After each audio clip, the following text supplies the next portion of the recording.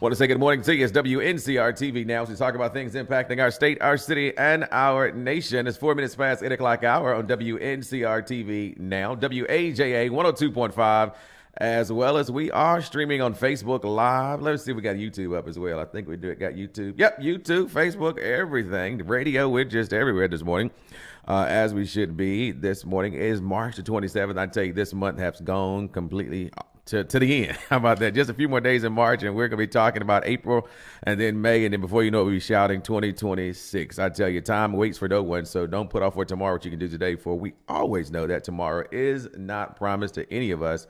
And so while we got breath in our body, let's do all that we possibly can. What I want to do before we get into the rest of the show is also remind you to go ahead and click on the share button on Facebook. So if you're watching or via Facebook or just tuning in, you click that share, as I'm about to do right now. I'm going to say good morning, and I'm going to tag, I don't know, my followers, and I'm going to do highlights. What about that? And say good morning with the Facebook Live video there this morning. Last week, we had a familiar face. I think it was last week. Time flies so fast. I don't know. But anyway, we had a familiar face on the radio and television with me, Mr. Linwood Williams. I want to say good morning to you again, sir. Good morning, sir. How are you doing? Wonderful. Wonderful. Good to be here. Good to be here, indeed. You know, as people say, it's good to be seen than to be viewed. Yes, indeed. You don't know that until you get a little older, though. I guess I've always been around. I've been around forever, so I done heard it for a long time. So, of course, the last time you was here, you was talking about this exciting event that's coming up on Saturday, April the 5th from 10 a.m. until, I think, noonish or so at Brazos Memorial Library. That's right. And so let's talk more about that for those who may not know about it. Kind of tell us what the synopsis is. And is it a free event? Is it a paid event? How does that work? It is absolutely free. The public is invited. Refreshments will be served. The core of the session deals with a book review on my second publication entitled "Which Way It's Freedom Now." I don't say this enough, but this is a book I started writing when I was in the 9th grade at Southern Nash. It started with a poem called "Which Way Is Freedom Now," and it evolved into an entire book. And it has a lot of things there that I think are very relevant for this day and time. Absolutely. And so it's a free event. And one thing I guess you kind of deal with is the 7 pits of American bondage, and kind of talk about some of those. I know one of the innate things is fear, obviously, right? Yes, absolutely. All great activities start with, or should I say great movements start with a new body of knowledge or a new collection of knowledge. And that's the purpose of the training. I like to use the word training because there's a lot we need to learn about what's going on around us and what we need to do about it. The seminar on 7 pits of American bondage is designed to reframe our thinking about where we are, where we need to be, and how do we get there. As opposed to just reacting. We've got to become very proactive in terms of being Americans, and we need to chart a course before we take action. Mm-hmm. So often you see people just taking action without any type of guidance or without any type of goals and objectives. But now I'm putting forth a set of goals and objectives that I think will make America the place that it should be. Wow. And so when they go here, what do they kind of see in the setup? Is it just a one-on-one engagement? Is it, hey, it's a lecture type situation? Is it a Q&A? Is it how is that style in there? All of the above. Okay. It will start with the book review. Of course, I'll be introducing the book, Which Way Is Freedom Now, and giving an overview of that book and explaining why this book is so relevant to what it is we're doing. From there, we will enter into the first of a series of seminars. When I talk about pits of American bondage, there are 7 pits of American bondage I've described. There are probably more, but I've described these very basic ones. You have ignorance, fear, hopelessness, guilt, blame, hate, and finally dependency. And that last one we all need to break from. But it has to start somewhere. So we want to deal with ignorance and fear. A lot of things are happening now because of ignorance. And then, of course, fear trails right in behind ignorance. Now, if you stay there, you will never move. You will never climb. And so we're at a place now where we need to climb, and I believe these steps will help us climb. Question and answer, there will be question and answer time there because we want to know where people are. We want to give them a chance to address the things that they want to really know about so we can try to answer those questions. Wow. I'm looking at some of the headlines for today and what's happening in America, right? And North Carolina Health and Human Services right now is about to cut 80 employees and is about to lose about $100 million in North Carolina. And just looking at the article, the grant funding that is cut off from the administration currently will impact several areas, including working on immunization efforts, funding for new North Carolina immunization registry, infectious disease monitoring and response, behavior health and substance use or disorder services, and more. And when you talk about those things that are paramount in society today, we think about just, 5 years ago, we was talking about COVID and how infectious that disease was. And yet, you have, people who still don't believe it exists, and people are dying from it even to this day, right? When I'm thinking about some of your points from last time, the type of people that exist and how people can be so supportive of things that can be so damaging. When we look at, again, the behavior crisis that we have, where people don't know how to resolve conflict and think conflict is let's shoot it out, and so we have murders in our communities and towns. And how in the world do we expect things to change if we do not respond to it in the most appropriate way? Then the question is, well, what is the most appropriate way of doing it? So I get that too. It starts with knowledge. It starts with information. It starts with understanding. Right now, America is being turned on its head. If you look at it at first glance, you wouldn't even know it was America anymore. Wow, that's right. Yes, you wouldn't even know it was America. You wouldn't even know we had a constitution. We had a Bill of Rights. We have all of these things that we're supposed to be living by. And so one main thrust of the movement called Exodus is actually a revisiting of who we are. And that starts with our Constitution. Now, having said that, all of the things that are on the horizon, like cuts here and cuts there, people being laid off here, laid off there, or fired, whatever you want to call it, these things are happening, and they are real. Make no mistake about it. They are real. People are hurting now. That's right. You imagine if you had an $80,000 a year job and you go in tomorrow and you don't have that job anymore. That is stressful. That is turmoil, and people could resort to extreme measures. But we need to plan for that. We need to really plan for, okay, what would we do if all of these grant funds get cut at the state level, and these grants reach out to all segments of society? What do we do if it happens, as opposed to waiting until it happened and then say, oh my goodness, we go into a rage at that point. Once you go into a rage, you're no longer thinking straight. So we need to deal with that now, and that's why I'm hoping to set something very proactive in motion here, where people can come and express intelligent ideas and solutions, and be very realistic and be very open. There's another phrase I have here with the word Exodus. It's called Exodus Positive Race Relations. Okay.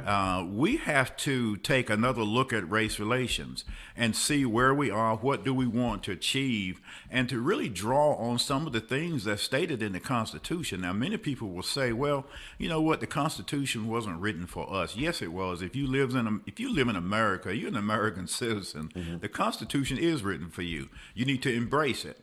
Now, by embracing it, I think you start creating a balance in your own thinking, because now you have a point of reference to work from, and you draw people into that. So I think we have a lot of things at our fingertips that we can do other than just react. Being reactionary people, and again, how do we get there? And again, to your point, I guess it comes from not having that plan. and really not knowing where to go, but knowing that, hey, I'm stuck somewhere, but how do I get there? Instead of, it's almost like a reflex. Instead of the fight and flight types, you would do everything to kind of get you back to where you were in some cases. But again, having that plan and taking out even from really where you really wanted to go. And oftentimes people just don't have that plan or even have that support system in place. And what I found out, Linwood, is that oftentimes the support system is around, but we don't reach out and engage in conversation, right? That everybody has some type of interconnected part to really put that car or that puzzle together, but we refuse to engage in it. Maybe it's because of what somebody might have said about something, or how we think about somebody, or we think they have a feeling about us. And so then you later on in life, you go and have I thought you was this kind of person, and I found that you won't. Like, how did we get to that type of situation is always interesting to me as well. And that goes along with my belief about the need for knowledge. And once again, one of the first two pits we want to deal with, one is ignorance and one is fear. This is why we don't come together, is because of ignorance and fear. In the midst of all of that, you got mistrust. Mistrust runs thick in the African American community. Oh, sure. It runs thick in America, mistrust, because you don't know what information is right that's set before you. It's so easy to come into contact with misinformation till people don't know what to believe anymore. But this is where your own intellect, your own intellectual prowess should kick in, and you should analyze and process things so that you can come to a more accurate knowledge. If we do this, we will realize that we have a lot to offer each other. The idea of moving together has to be brought back into play. And to do that, we're going to have to overcome quite a bit of mistrust. If I can discover a place where you and I can at least stand on the same platform and talk, I think we can reduce fear. If we can reduce fear, we can start moving again. Talking about where we are, where we need to be, many African American leaders have suggested, way back in the day, you had Marcus Garvey, who thought the solution to the blacks in America was to go back to Africa. And this brother did some monumental things to make that happen, to try to make that happen anyway. That was a popular opinion then. It was a popular opinion right after emancipation as well. But many of your new age African Americans have concluded that, America is our home. America is our home. We're here. We're here to stay. Yeah. So what do we need to do? We need to turn this place into something else. Yeah. And believe it or not, we as an African American community are in a unique position to affect this type of change, because we are still climbing. We are still climbing from a very deep pit in the American experience. And so we are the people who can be the most in motion, because we have the motivation to climb. And I like to point to people, Brunson, like yourself. The same obstacles that would sit before a person who would consider themselves as at the bottom of the totem pole, you were confronted by those same obstacles. Sure. But you found a way to climb. That's right. Yeah, you found a way to climb, and this is something that can be transferred. And the only way you can do it is we have to come together so that we can learn from each other.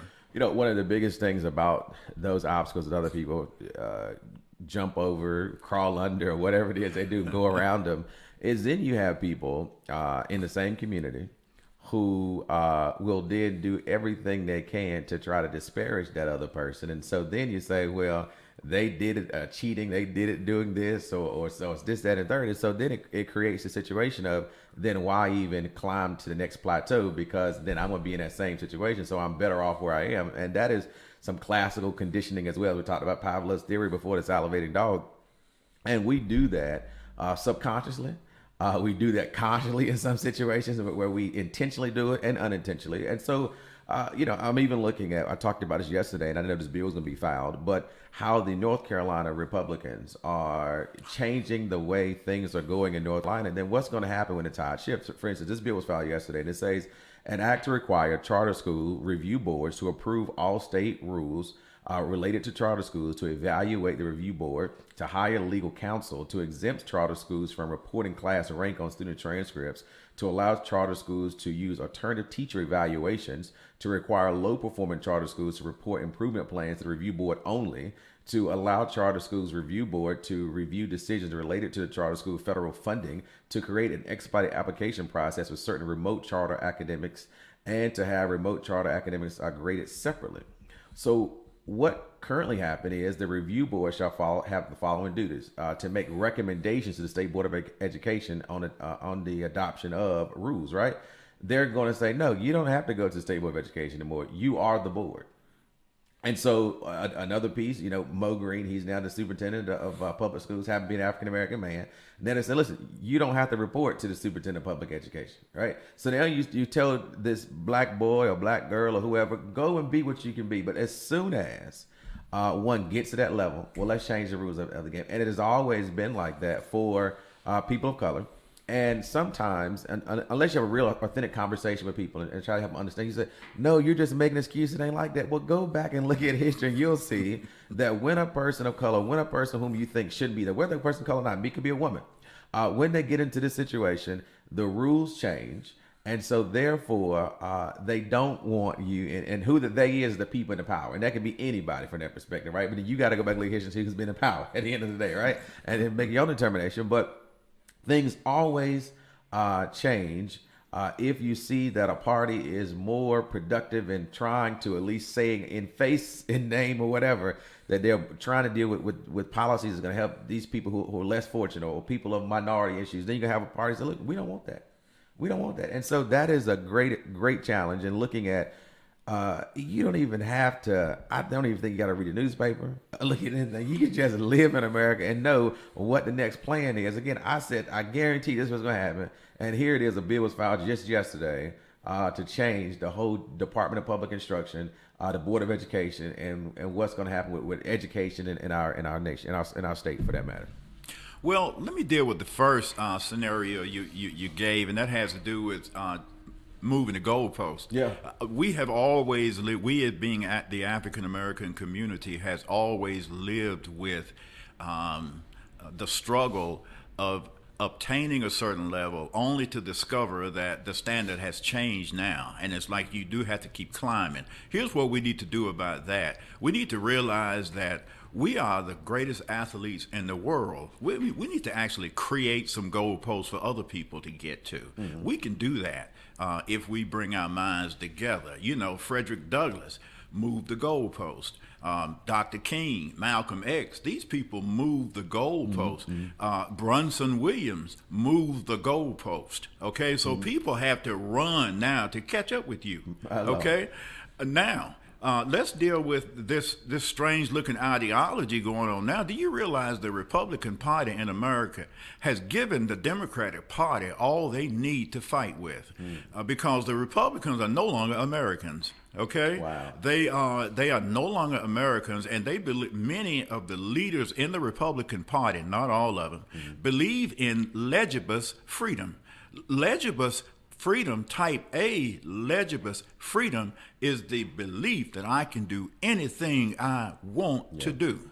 Okay, that is a dangerous. That's a dangerous thing to be in a democratic society, and if left unchecked, it will dominate. It will dictate, and the next thing you know, everybody in that society is in bondage. As we are right now, we are all in some type of bondage. It's just sad to realize that our government now is the perpetrator, the main perpetrator of this bondage. And so, if Democrats would just stand up and be Americans, take the American Constitution, rehash it, revisit it, republish it, and then march on it, you would see Republicans moving back into another position, and they won't have nothing to fight with. They won't have as much to fight with.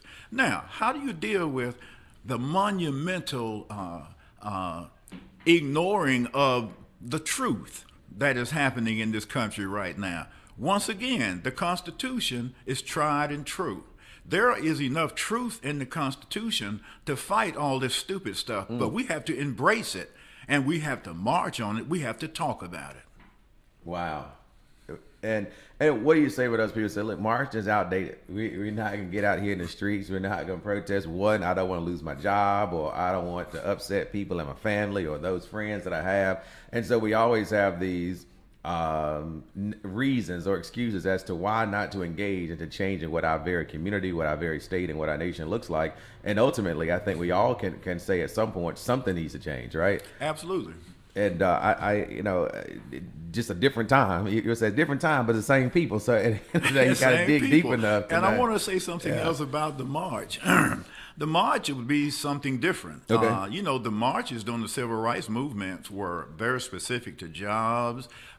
People wanted better race relations and wanted civil rights and things of that nature.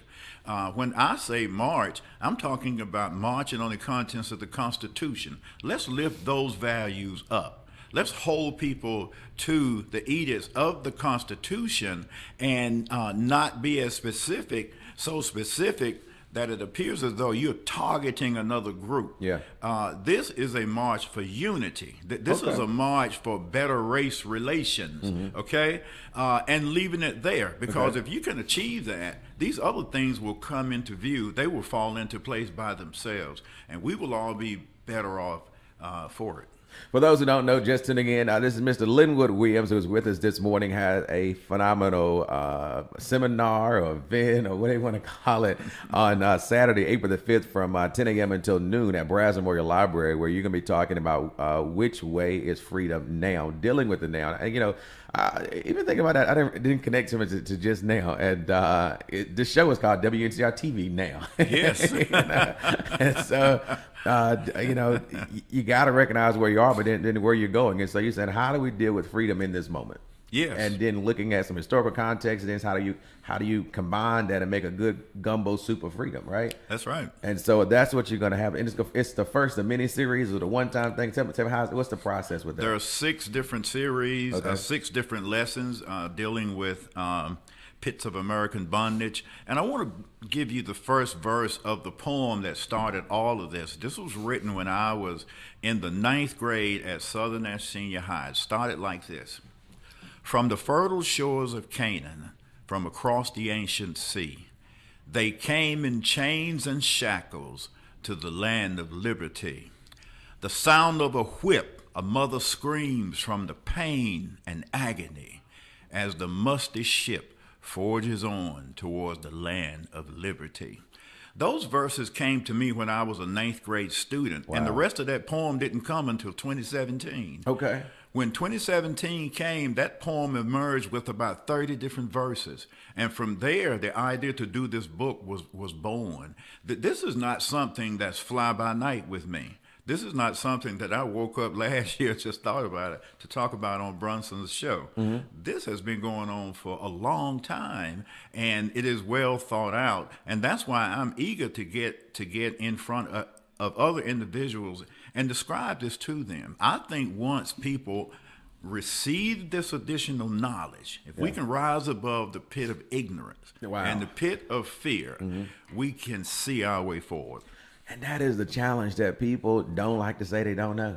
Yeah, that's you right. know, and That's that right. is, and so too often we get in this place as that this is what life is. This is how I'm supposed to be. This is, I grew up on the Edgecombe County side of the tracks. So I need to stay on the Edgecombe County side. I grew up nationally. I need to stay on. And if I'm going to continue to fight. I'm going to continue to say this is this versus that. And so we live in this place of ignorance, and then we have been taught that ignorance is a bad word, that you're supposed to just know. And no, there's a lot of stuff that you don't know, and that's why you're living every single day, hopefully to discover new things. Then the question is, Linwood, how are we position ourselves to be able to discover new things? Like, it's exciting to me to find something that I didn't know yesterday, right? That's exciting to me. I don't know why, but it just is. That's just my personality. Yeah. Well, and that's obvious, Bronson, in the image that you portray, and that is a person who absorbs information quick and processes it very quick. My friend Jabarius Walker, when I first met him, that was the thing I noticed about him real quick, is that brother absorbs tons of information in an instant. Yeah. And not only that, he he plans based on this information, and that's why you see he's always progressive, just like yourself, is that you can absorb and process information. Well, fear plays a huge role in our lack of information because we are afraid sometimes of new information because it throws us out of our game. Way back during the civil rights movement, I lived in rural Nash County. Okay. My parents at that time were considered as the silent generation of African Americans because it was very silent. It was very quiet. People didn't talk about things going on in civil rights. We were afraid of the word Malcolm X because we were like, oh man, we never seen a Negro like Malcolm X. And this guy gonna get somebody killed. Yeah. That was our thinking as African Americans at that time. Whereas we adored Dr. King because he was more, as they say, palatable. Okay. But we cannot be a silent generation now. We now, who were children of the civil rights movement, we cannot afford to be silent because we have generations behind us who did not go through this and they don't know it. And not to educate them so that they can become rabble rousers. But no, we have knowledge we can pass on to them so that they can make better decisions about where they are going. We are depending on the rising generation to move us forward. But we, as my generation, we cannot be silent anymore. So having said that, coming up with a way that we can start moving, we don't want to become targets. Yeah. We don't want to become the wrong type of targets because we're living in an environment now where people are looking for targets. And the first time they see one, they will attack you. Okay? That's not what we want. We do want to extend an olive leaf around every corner that we can. If we do this skillfully, we will actually start a movement that can't be stopped. That's where we need to be now, is moving. I get it. Well, let's say good morning to Jacqueline Leonard Randolph, Allison Williams, Melinda Ingram, Betty Jenkins, Deborah Gunter, Irma Maxwell, Gloria Brake, Reginald Manning, John Jordan, Alice Davis, Gwendolyn Swain, Ray Daughtry, Titchen Stevenson, Candy Staten, Alfreda. Good morning to all of you. Thank you so much for tuning in to WNCR-TV Now as we talk about things impacting our state, our city, and our nation this morning.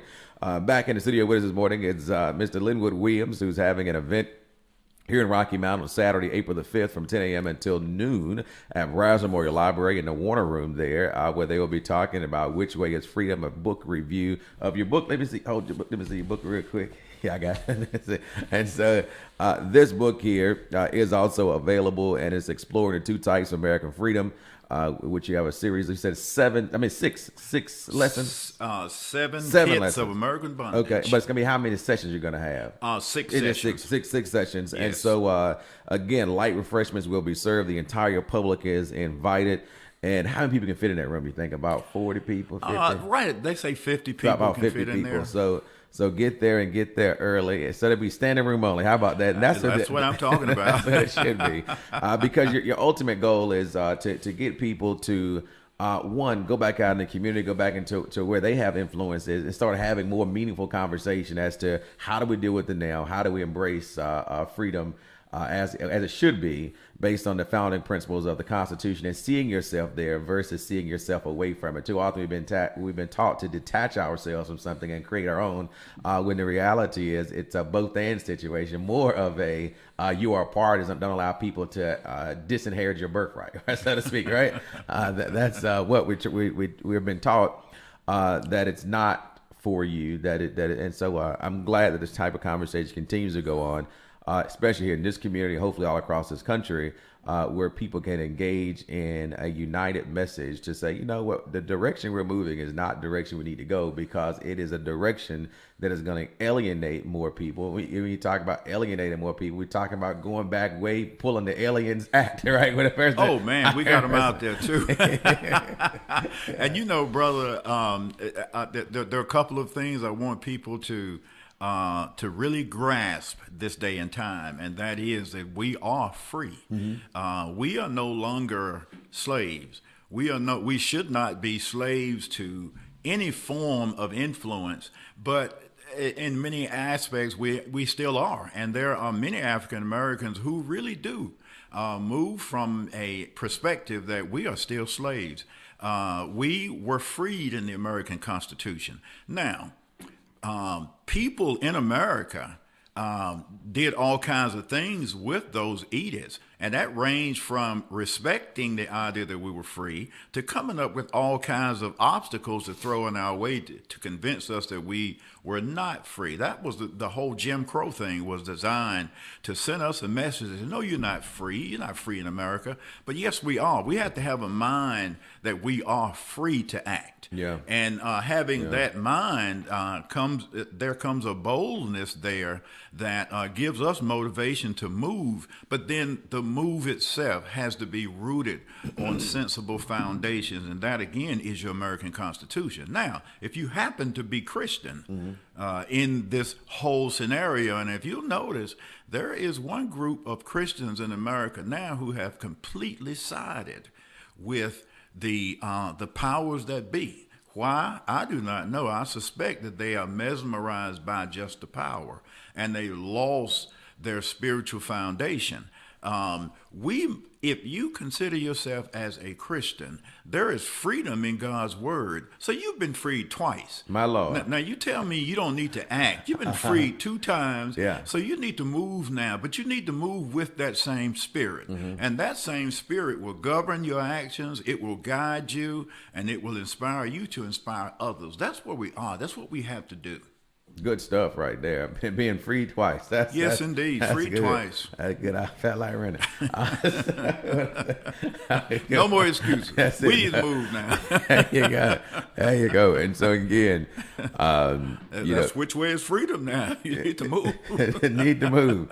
Too often people will say, "Hey, I'm also free not to engage." That's true. I'm also free to allow you to do what you do, and I want you to respect me and my freedom. But I don't think that people really grasp that idea that if you think there is freedom to not engage, there's also the opportunity because of your non-engagement to have that freedom removed. Man, let me tell you what. Inaction is a move by itself. Come on, sir. It is. Inaction is a move by itself. You can call it, what's the word I'm looking for? But inaction is almost passive aggressive. Absolutely. Yeah, and that is a move all by itself. And believe it or not, there are instances in which we do need to be inactive. We need to wait every now and then and process things. That has the appearance of inaction, but it's not really inaction. It's designed, and it's designed with a purpose to move. Okay?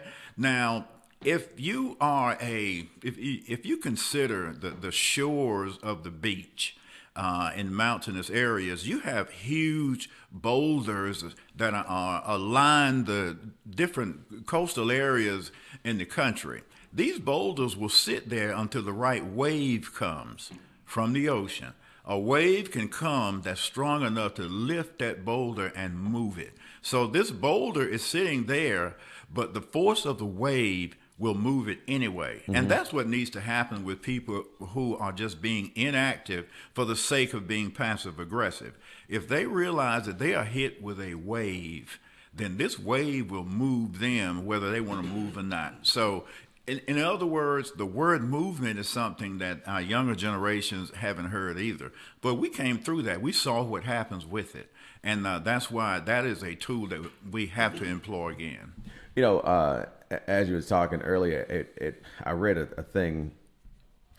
piece from a column, and it was about the 545 versus the 300 million. And it says politicians are the only people in the world who create problems and then campaign against them. Have you ever wondered if both Democrats and Republicans are against deficits? Why do we have deficits?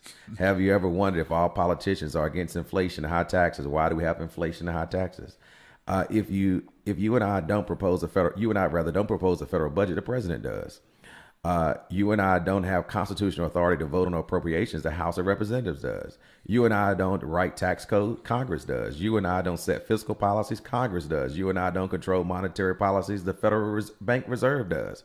100 senators, 435 congressmen, and 1 president, 9 Supreme Court justices equates to 545 human beings being out of the 300 million people who are directly, legally, morally, and individually responsible for domestic problems that plague this country. You really sit down and think about all of this political theater that happens from local governments to state governments to up to our federal government, all of these problems is naturally created by those individuals to find themselves a reason to campaign. At what point do the American people wake up and say, you know what, we've been bamboozling ourselves for years, and obviously this ain't working? Because we have allowed people who believe that they can do anything they want to do. We've allowed these people to lead too long. Hello. Okay. And you can see them everywhere. There are some in the Democratic Party. Sure. There's some in the Republican Party. Seems to be more of them there. They are all, they live in your community. You know, these are people who do not respect your freedom. My Lord. These people believe that their freedom is more important than yours. That's a dangerous ideology because it will soften your ambition to do what's right. And I will commit harm against you around any corner if it threatens what I just want to do. Now, real and healthy freedom is what I call fighter's freedom. This freedom recognizes the rights of others, and this freedom comes with a guardrail that will cause you to stop when you realize your freedom is truly infringing on another person's freedom. This was the noble idea that was at the table of your constitutional planners, but there were also legibus believing freedom thinking at that table as well. There were still people there who believed we could do anything we want to do. And just so happened, those people ruled the day. They ruled the scenario during the Constitution. Yeah. They ruled the scenario for years. And it is time now for people to realize that the largest group of us are those who truly believe in a responsible freedom. If we discover that we can come together, then we become a very powerful force against that group you described a while ago. Yeah. And that is the danger that group understands. And Absolutely. so they will do things to polarize situations where you really don't deal with the core. All of this stuff they campaign on and say all this stuff, they'll start getting on the heightened stuff. So therefore, they ain't got to do no work. They can undercoverly do other things throughout. We was talking about the school situation, how they're going to start reporting to a review board. Then who appoints the review board? Well, they appoint the review board. And so it creates this thing of absolute control, and absolute power corrupts absolutely. But yet then they're going to say, well, this person's more corrupt than that person. No, you're more corrupt than me. And so then you, as a person, put on organized chaos. And so, and what's so crazy about it, Linwood, is that oftentimes these people who are on national television, on radio shows, and etc., will have all this heated debate and argument, and then they'll be in some gala like they're the best friends. Let me tell you what, look at them real close from now on. Don't ever look at that scenario the same. Look at them from now on and ask yourself, who is really talking about other people's rights? And you've seen politicians. That's why I got two groups of politicians that's out there too. One group is, I call them community activist type politicians. And then you got people who are just hung up on power. My Lord. You know, if you, there's a lot of power in saying I'm an elected official. There's a lot of power with I'm a county commissioner. I'm a state senator. So what do you do then? Well, I go around and I talk to people. No, I'll tell the truth. What you really do is get mesmerized at more power. My Lord. And after a while, you're holding your position just to hold power. That means nothing in terms of human condition. And that's why people who are really serious about human condition, we need to flood the zone. We've got more power than we seem to think. And right now in America, you definitely have leadership that believes it should do anything it wants to. Absolutely. When did presidents start dropping executive orders and they became law? I mean, they just, this is what I expect. Now, that is definitely a belief that I can do anything I want to do. Sure. All I got to do is say it. Okay, I say it, it better happen. Now, what are you talking about now? Yeah. You're talking about a Class A dictator, okay? And this person will attack you unless people can find new knowledge. Don't be afraid to analyze this individual, process this situation, and devise another plan to move in another direction. Okay? Dictators need subordinates. They realize they don't have any subordinates anymore. They will understand that they're no longer a dictator.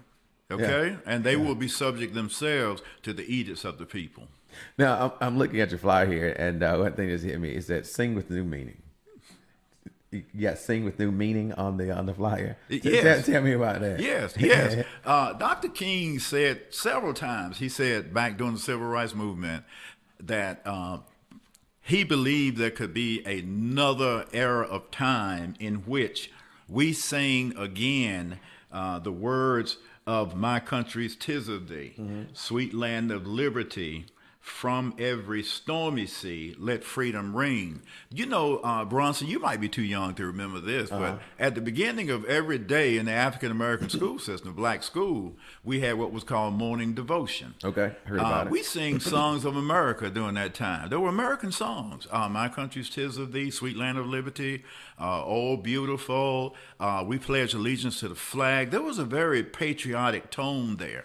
During the Civil Rights Movement, a lot of that was laid down because people were like, you know what, America is not living up to its creed. Why should we keep singing my country's 'tis of thee when this country don't even like us? We're dedicating ourselves to a flag that don't even like us. Well, then let me ask you this question. If you do not stand on the principles of America, what do you stand on? We cannot pretend that there's no country here just because of how we got treated. And here's the other thing I want to talk about, and we're going to talk about this when we deal with pits of bondage. We have got to place blame where it really should be placed. If we discover a way to do that, we will reduce a lot of stress in our own lives. Okay. This is a bold statement. We talked about this once before. The African American community right now has to accept the fact that modern day white people did not create the institution of slavery. And I know you say they benefit from it, and some did, some still are. But the mass majority of them are not. They are in the same economic situation that you are in. And so we have to understand that there's somebody else orchestrating that scenario. But going back to this song, we have to really think ahead to what is it we want to achieve? Well, we want a decent country again. That's the goal here, is to get a country that is sitting back at a place where everybody can really benefit. And that's why I think Dr. King made the statement. He was looking ahead at the fact that he wanted to see this beloved community emerge here in America. And in doing that, this beloved community would have to have its own patriotic tone. And the song itself, My Country's 'Tis of Thee, is a beautiful song, has a lot of meaning, but he said sing this song with new meaning. With new meaning, okay?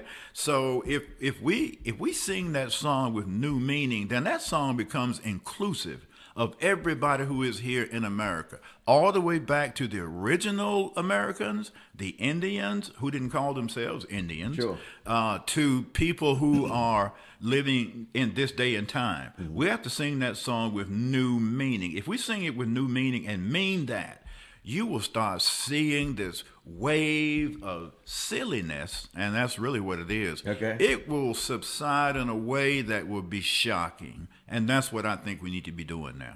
Wow. Wow. Again, going to put your flyer here on the screen. And so, again, I got a little crooked. And so, which way is freedom? And so you see it right there on your screen there. The X is, again, I did it on the fly this morning, so it's a little crooked on the screen. But nevertheless, it's Saturday, April the 5th, 2025, from 10 a.m. until noon.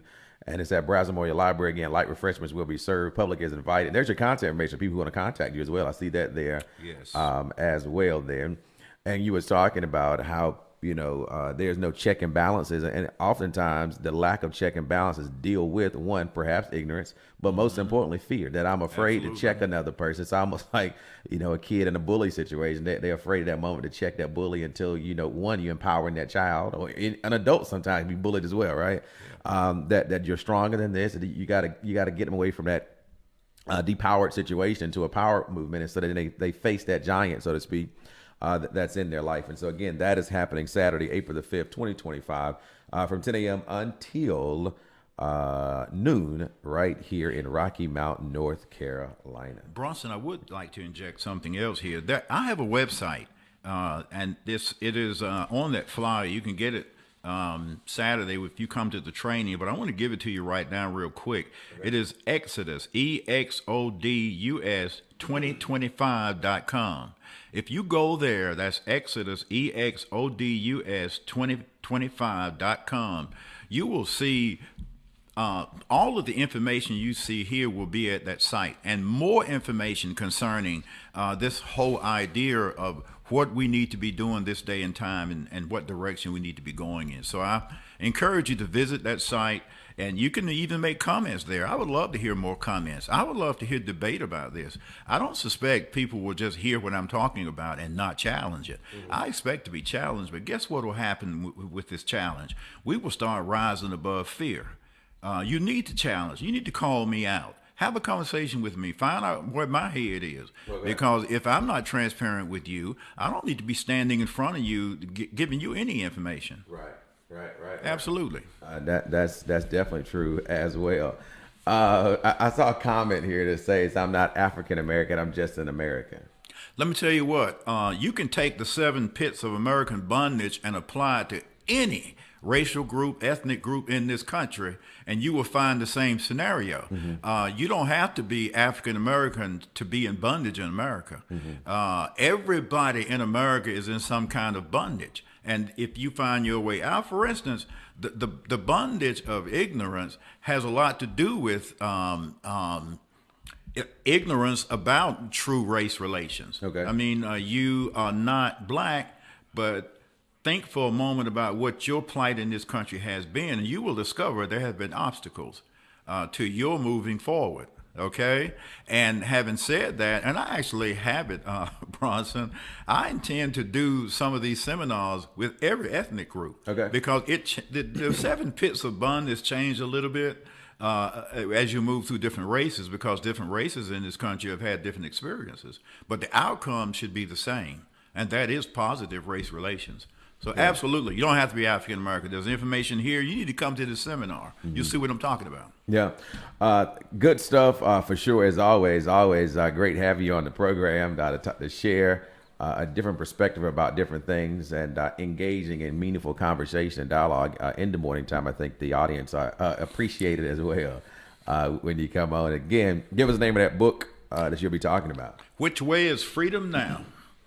Which Way is Freedom Now? And you said you've been working on it. You've been working on some part of it since 9th grade, is that right? Yes, indeed. Yes, indeed. It started from a poem. I also have a book of poetry that I published as well. And in that book of poetry, the name of the book is Cafeteria Poetry. If you want to Google that, go to Amazon or Barnes & Noble, you will see it there. Cafeteria Poetry. The name is misleading, but the book is loaded with poetry that I've written. Some of it is funny, some of it is serious, some is spiritual. But in that book, there is a poem called Which Way is Freedom Now? So a comment that was posted here on Facebook this morning, it says, I have to push back against your guest. The economic gap between blacks and whites is gigantic.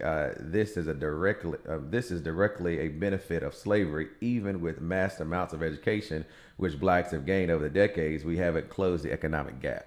Well, and that is true. And so if we haven't, through all of the education that we haven't closed the gap, you best believe there's something wrong with the education. If it's not the education, there's something wrong with the motivation. Okay. And that could be rooted in fear. Mm-hmm. But now the HBCUs were all formed right after slavery. Some of them were like in works right during slavery. If you think about this now, okay. African Americans, you have a group of them who are in bondage, in slavery, but you got another group who are plotting and planning to build universities. Okay, you tell me that's not a powerful people who can do that kind of thing.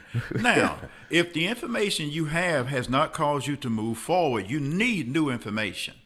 And you are right. The gap between blacks and whites is economic. It is, and believe it or not, if you look very closely, you will discover during the civil rights movement, it seems like many of us were doing better then than we are now. We need to process that too. So there's much work to be done here, but the answers are within us.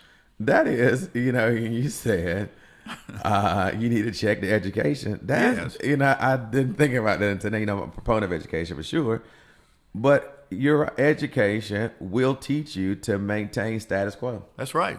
That's right. If you're taught that, right? And so when you think Yes. about how public education is, it really don't teach you to be entrepreneurs. Teach you to be a consumer. It does.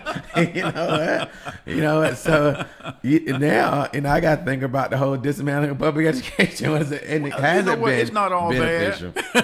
That's quite interesting because, to your point, when you had a different type of educational model for people of color, we'll talk about people of color here, black folk right now. You had the creation of well-to-do black-owned towns like Tulsa. You had all these type of things. And so for that, when you talk about, again, the type of education you receive is going to determine what your output is. And so when you go to public schools and universities, you're taught to just work within the system and get your job, climb the corporate ladder as high as you can do, then retire. It ain't about changing things. It's about maintaining what already exists. And so to that point, for what the person typed on Facebook there, it will create that generational wealth gap that will continue to stay in its condition and not close it because of the way education is taught in America. That's exactly right.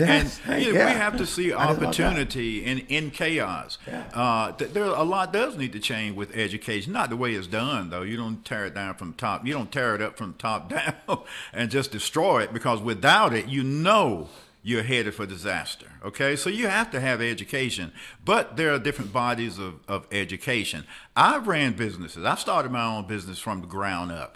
I'll guarantee, Brunson, you didn't encounter anything in grade school that really gave you the motivation to do the businesses that you do now. That stuff was born in you. It was there already. Okay, the education system it may have refined it somewhat, but it is not what gave you that motivation. We have to realize this in the black community as well. We have to understand that the power to close that gap is within us. But we're going to have to try things we've never done before. My Lord. Yes, indeed. We're going to have to step out from behind the wall of ignorance, because even in some universities, there's a lot of ignorance. Yeah. If you're not giving people the tools they need to manipulate the society they live in, there's something wrong with their education. So, and even there's discovery. Go discover something else. Find out what else needs to happen, and then go do that. Don't be stuck in tradition, because there's a lot of tradition in the African American financial thinking, but some of that tradition is rooted in ignorance. Absolutely. I was talking about it yesterday. How people take their money and go buy a $2,000 car and be like, "Why I got all these problems?" That was no. Don't keep doing the same thing over and over again, because you're not moving ahead. No. And really, most of the time, cars is not a great investment anyway. They depreciate in value. So we like the way they look, though. We can shine them up. Well, you better get yourself to go from point A to point B, and then put your money elsewhere so you can make you some money. That's what I'm saying. But anyway, that's you be back with us next Thursday as well. Absolutely. To talk more about this, and certainly enjoyed your conversation each time you come on these airways. And we'll be back tomorrow to do it all over again right here on WNCR-TV. Want to remind you again, though, next Saturday, April the 5th, from 10 a.m. until noon, Broward Memorial Library in the Warner Room. There's going to be light refreshments served, but it is Which Way to Freedom Now, book review exploring two types of American freedom and looking at a free seminar, The 7 Pits of American Bondage, dealing with one, the pit of ignorance, the pit of fear, the pit of hopelessness, the pit of guilt, the pit of blame, the pit of hate, and the pit of dependency. Talking all about that on Saturday, April the 5th, with this man, and some other people will be with you there as well. You got to go see for yourself what it is. How about that? Absolutely. Coming explain what you're going to be doing. But I certainly appreciate all those who tune in this morning and every morning who tune in to WNCR-TV Now as we talk about things impacting our state, our city, and our nation. I always try to end the show most of the time reminding you to check out Pop's Diner at 132 South Church Street, downtown Rocky Mount, as well as Gotta Have It Auto Sales. And then, of course, Promise Land Child Care Center. We are enrolling children. Be sure to contact Promise Land at 252-451-5263. There at 953 Bivany Road, right here in the city of Rocky Mount. I look forward to seeing you next Thursday, Absolutely. sir. Glad Absolutely. you wake up early in the morning, come down here Yes, to sir. downtown Rocky Mount to be a part of it. So until tomorrow, make it a great and fantastic day. Why? Because you, of course, have the power to do that. And so we look forward to seeing you again tomorrow. Thank you again, Mr. Linwood Williams, for being here in the studio with me this morning. We'll see you tomorrow morning.